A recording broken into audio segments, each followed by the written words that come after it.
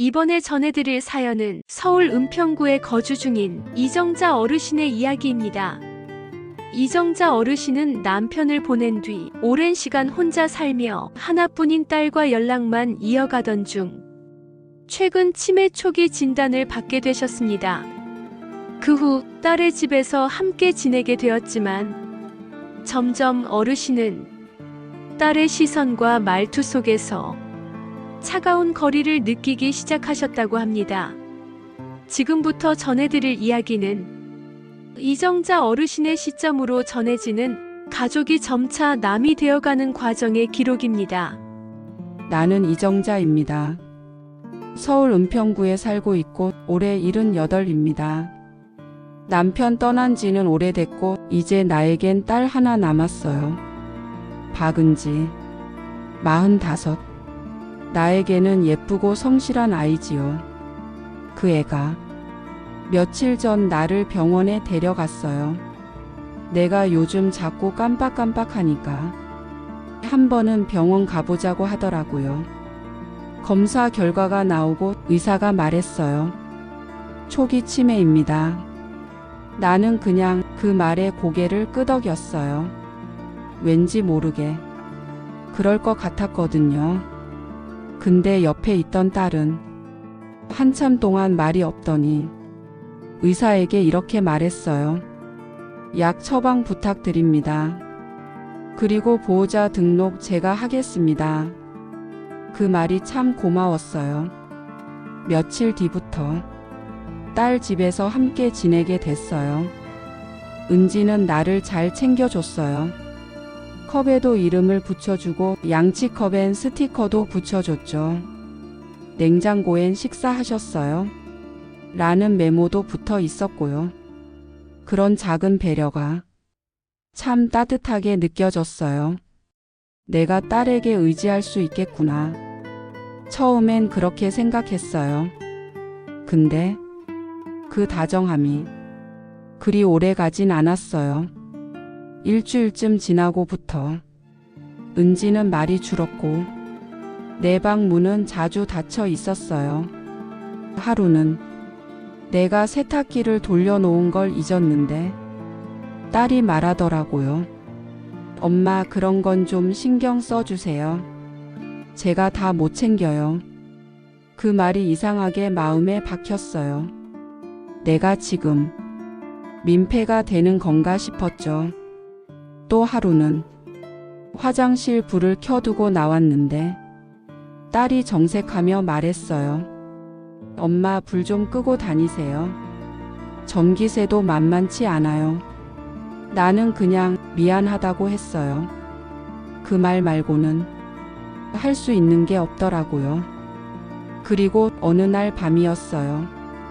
은지 방문이 살짝 열려 있었고 그 안에서 들려온 말이 아직도 기억나요. 엄마랑 사는 거 너무 피곤해. 요양원 보내는 게 낫지 않을까 싶어. 내 딸의 목소리였어요. 나는 그 방 앞에서 서 있다.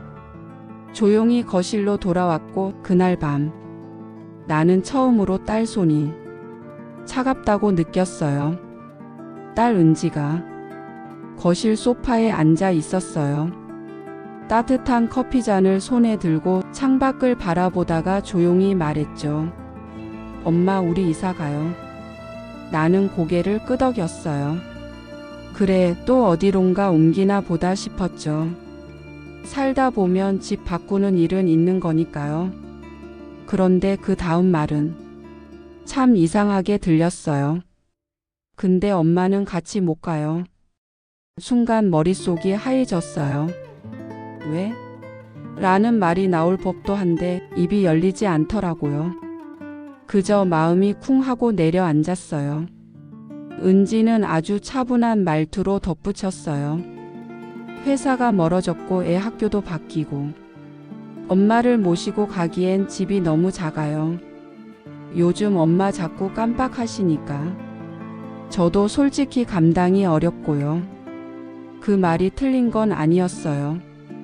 근데 그걸 들으면서도 내 마음속에선 무언가가 서서히 부서지고 있었죠. 며칠 후였어요. 은지가 내게 말하더군요. 엄마, 다음 주에 구청 같이 가요. 서류 정리 좀 해야 해요. 나는 뭐가 뭔지 모르고 그저 따라 나섰어요. 그날따라 은지는 평소보다 말이 적었고 휴대폰만 들여다보더라고요. 구청에 도착해서 접수번호를 받고 창구 앞에 앉았죠. 차례가 되자 은지가 먼저 일어섰고 직원 앞에서 이렇게 말했어요. 보호자 등록 해지하려고요.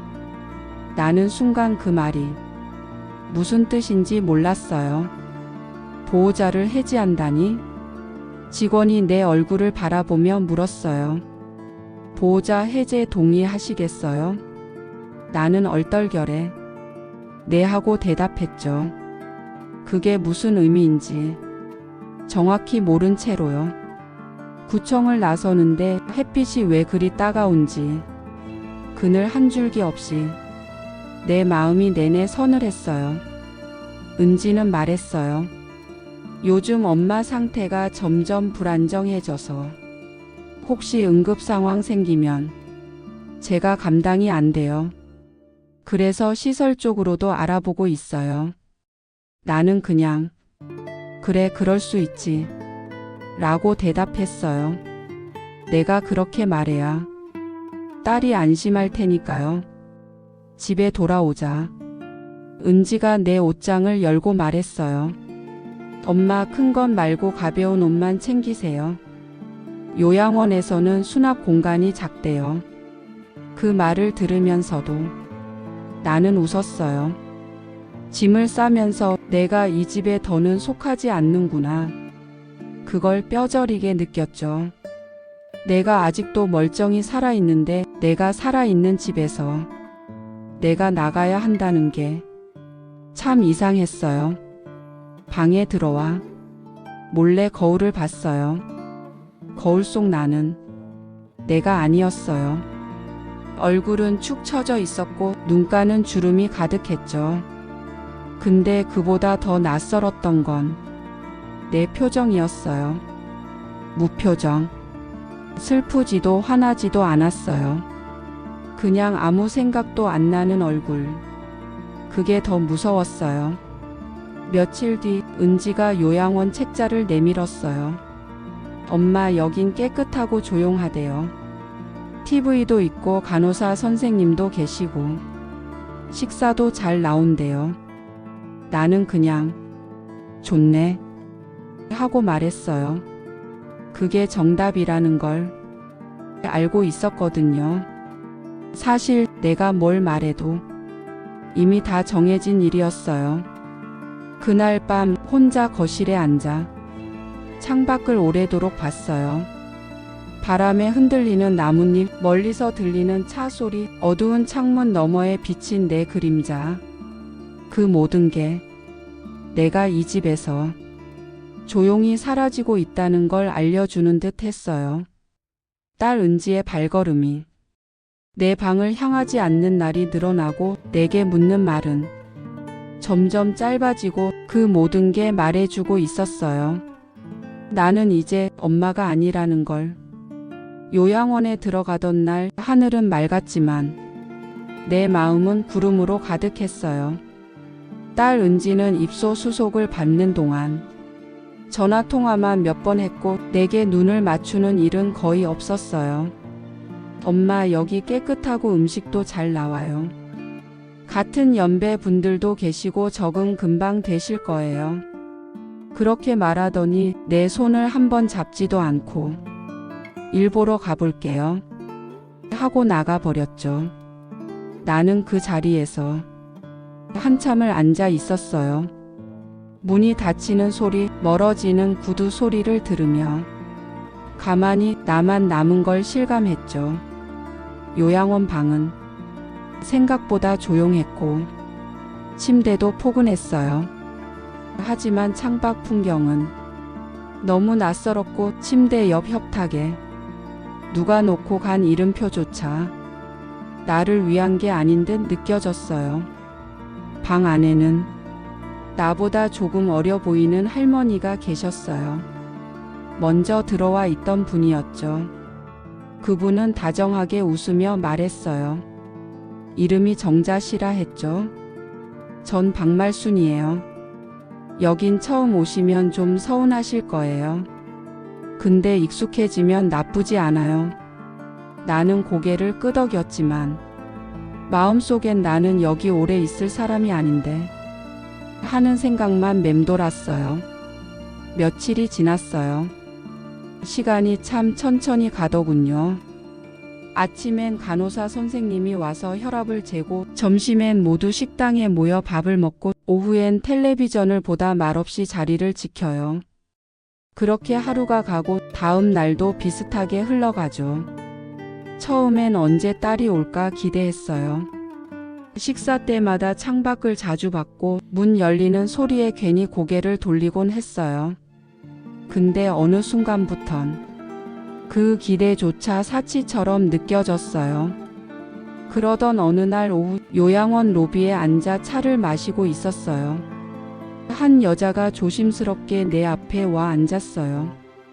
말없이 내 얼굴을 뚫어지게 바라보더라고요.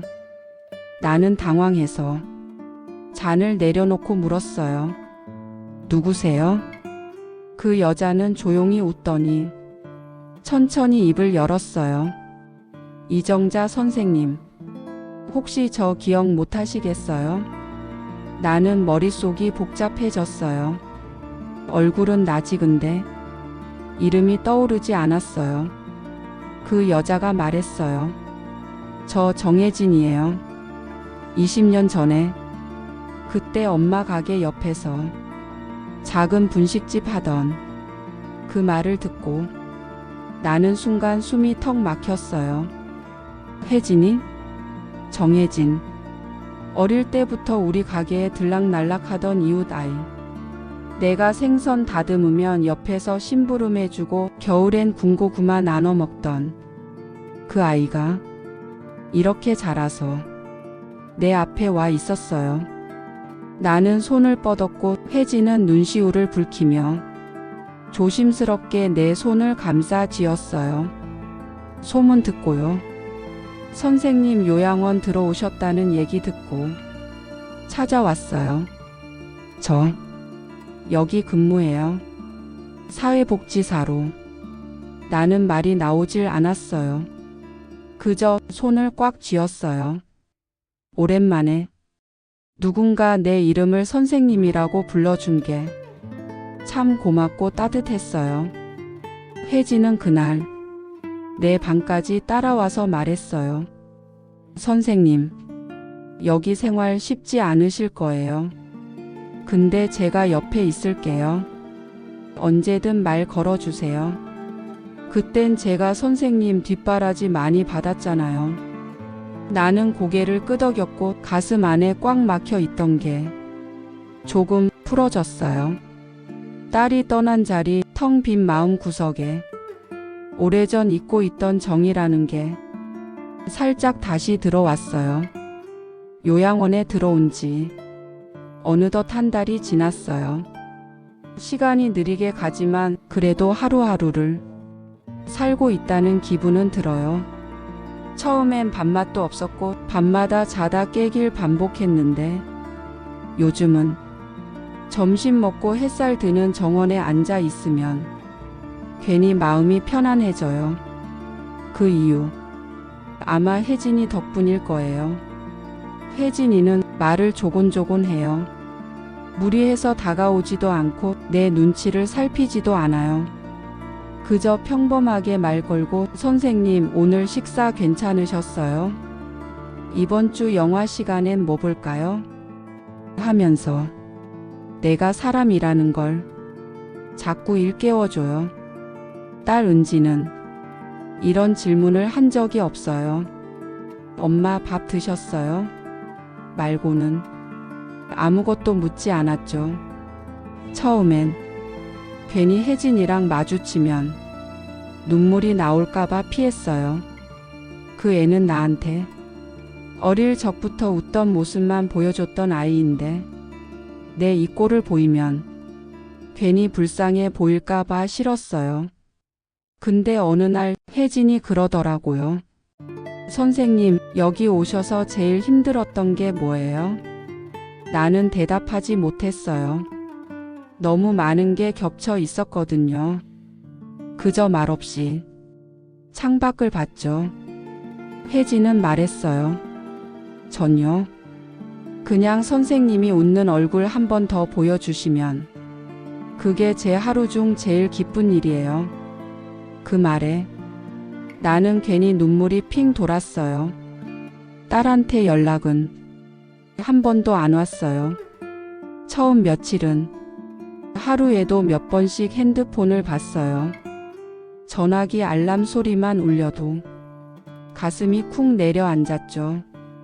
근데 그건 요양원 간호사 선생님 약 복용 알림이었고 나는 그 소리에 혼자 실망했어요. 그 뒤로는 휴대폰 충전도 하지 않았어요. 기다리는 것도 기운이 드는 일이더라고요. 딸 은지한테 문자를 남겨본 적 있어요. 잘 지내니? 엄마는 여기 괜찮아. 너도 건강해라. 근데 답장은 오지 않았어요. 그 다음 날 내가 쓴 문자를 다시 읽었는데 그 말이 꼭 나한테 하는 말 같았어요. 너도 건강해라. 그래, 그 아이가 내 딸이었지만 지금은 그냥 멀리 있는 누군가일 뿐이에요. 그래도 하루에 한 번씩 혜진이는 내 옆자리에 앉아요. 같이 복도 걷고 조용한 창가에 앉아 차를 마시기도 하고 나는 그의 얼굴을 보며 가끔 옛날 생각을 해요. 시장통에서 생선 손질하다가 손이 베이면 혜진이가 와서 호 불어주던 어린 시절. 그 아이가 이렇게 자라서 나를 이렇게 따뜻하게 대해주는 걸 보면 세상은 참 알 수 없다는 생각이 들어요. 딸이 떠나고 텅 비었던 마음 한 구석에 이 작은 인연이 따뜻하게 들어왔어요. 나는 어느새 하루 중 가장 기다려지는 시간이 혜진이랑 이야기하는 시간이 되었어요. 어느 날 혜진이 그러더라고요. 선생님, 혹시 일기 써보세요. 요즘 기억이 흐려지신다 했잖아요. 글로 남기면 마음도 정리되고 기억도 조금 더 선명해질 수 있어요. 나는 한참을 고민하다가 종이와 펜을 꺼냈어요. 그리고 한 줄을 썼어요. 오늘은 혜진이와 산책했다. 참 따뜻한 하루였다. 내가 엄마라는 걸 잊은 딸이 떠나고 내 이름을 기억해준 옛 제자가 다시 다가와 줬어요. 나는 그걸 원망할 수도 없고 운명이라고 받아들일 수밖에 없었어요. 그래도 그날은 기분이 참 좋았어요. 나는 누군가의 짐이 아니라 누군가에게 위로가 되는 사람으로 살고 있는 느낌이 들었거든요. 요즘 내 머릿속이 점점 안개에 낀 것처럼 흐려져요. 아침에 일어나면 여기가 어딘지, 내가 왜 여기에 있는지 잠깐, 아주 잠깐 헷갈릴 때가 있어요. 그러다 혜진이 얼굴을 보면 그제야 안심이 돼요. 아, 여기가 요양원이지. 혜진이가 있는 곳이지. 근데 이상하게도 어제 꿈에 딸이 나왔는데 얼굴이 안 보여요. 그 아이가 웃고 있었어요. 나를 부르고 있었는데 눈이 안 보였고 입술도 흐릿했어요. 잠에서 깨고 나서 손으로 얼굴을 감싸며 딸의 얼굴을 떠올려 보려 애썼어요. 근데 아무리 해도 은지 얼굴이 정확히 기억나질 않아요. 큰 눈이었나? 코가 오뚝했나? 긴 머리였던가 아니면 단발이었나? 이름은 또렷하게 떠오르는데 얼굴이 자꾸 흐릿해져요. 식사 시간에 창밖을 보다 문득 말했어요. 혜진아, 혹시 내 딸 얼굴 어떤 얼굴이었는지 기억나? 혜진이는 놀란 듯 했지만 차분하게 물었어요. 왜요, 선생님? 기억이 잘 안 나세요? 나는 무서웠어요. 정말 무서웠어요. 딸을 잊고 있다는 사실이 내가 생각했던 것보다 훨씬 더 빨리 오고 있었어요. 그래서 그날 밤 내가 쓴 일기장을 꺼냈어요. 몇 줄 적혀 있는 메모들. 그 안에 은지랑 바다 갔던 날 이라는 글이 보였어요. 그 글자를 보며 한참을 붙들고 있었어요.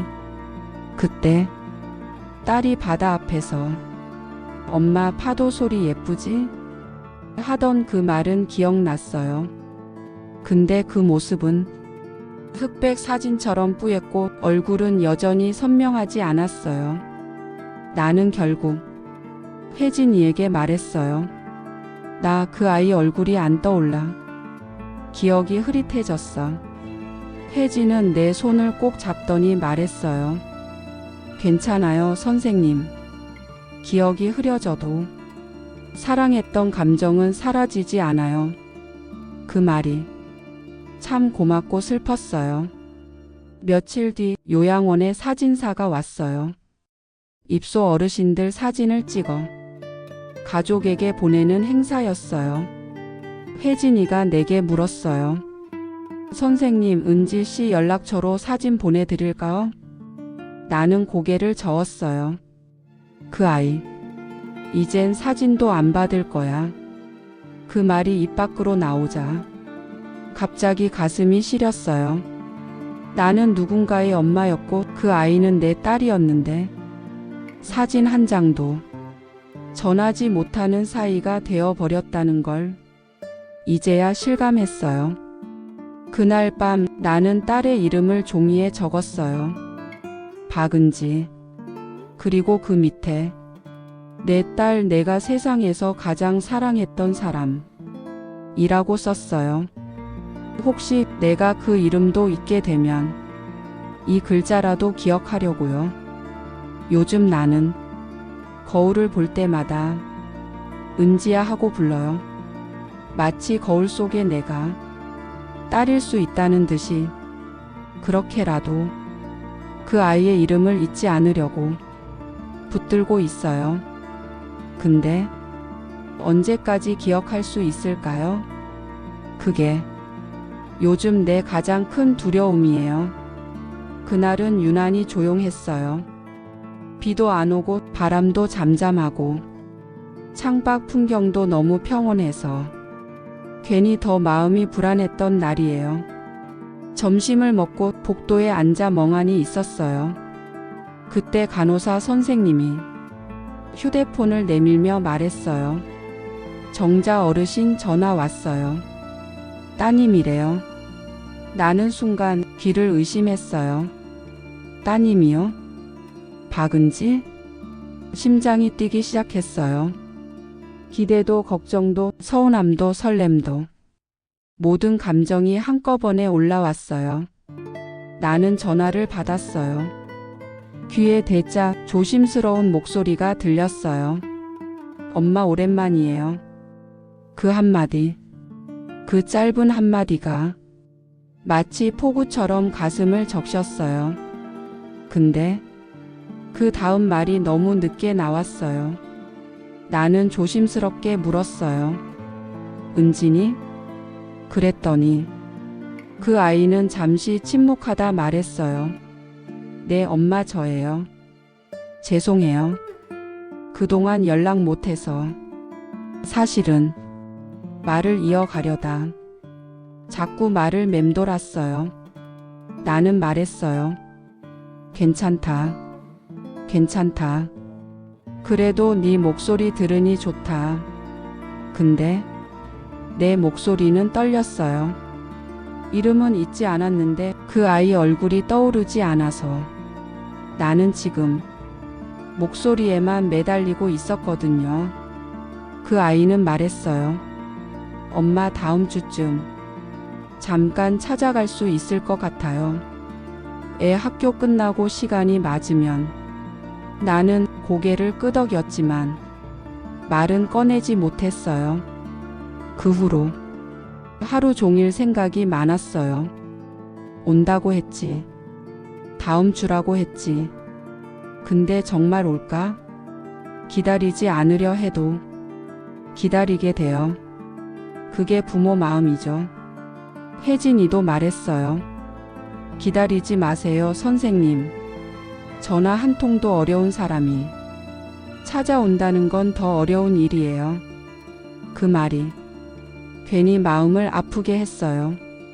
근데 맞는 말이었어요. 다음 주가 되었고 그날은 하루 종일 준비했어요. 옷도 단정히 입고 머리도 빗고 입술에 립밤도 발랐어요. 식사도 평소보다 적게 먹었어요. 혹시라도 그 아이가 밥 먹자고 할까봐.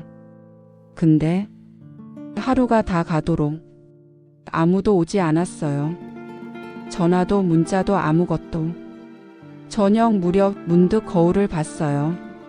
그 안에 앉은 여자는 하루 종일 문 쪽만 바라본 기다리는 엄마였어요. 그 모습을 보며 나는 고개를 저었어요. 그리고 혼잣말처럼 말했어요. 그만하자, 정자야. 이젠 그 아이를 너보다 먼저 놓아주자. 그날 밤 나는 일기장에 이렇게 적었어요. 딸이 전화했다. 목소리가 따뜻했다.